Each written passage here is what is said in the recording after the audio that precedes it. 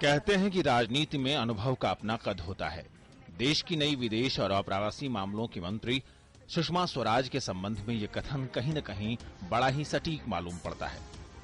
प्रधानमंत्री नरेंद्र मोदी ने संभवतः इसी राजनीतिक कद को देखते हुए सुषमा स्वराज को इतनी महती जिम्मेदारी सौंपी है।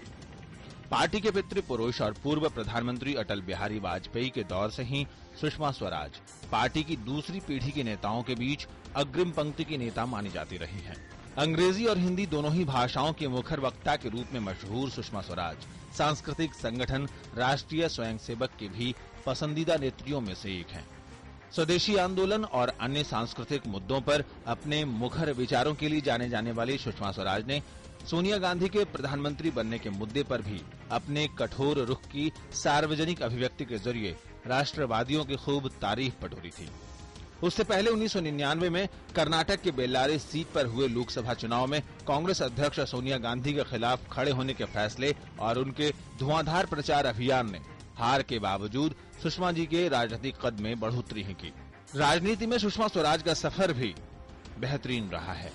राष्ट्रीय स्वयंसेवक संघ के एक कार्यकर्ता के घर में जन्म लेने वाली सुषमा स्वराज का राजनीतिक सफर छात्र संगठन अखिल भारतीय विद्यार्थी परिषद से 1970 में शुरू हुआ था।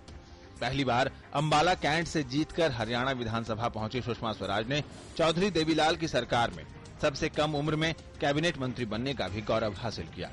सुषमा स्वराज का यह सफर यही नहीं रुका।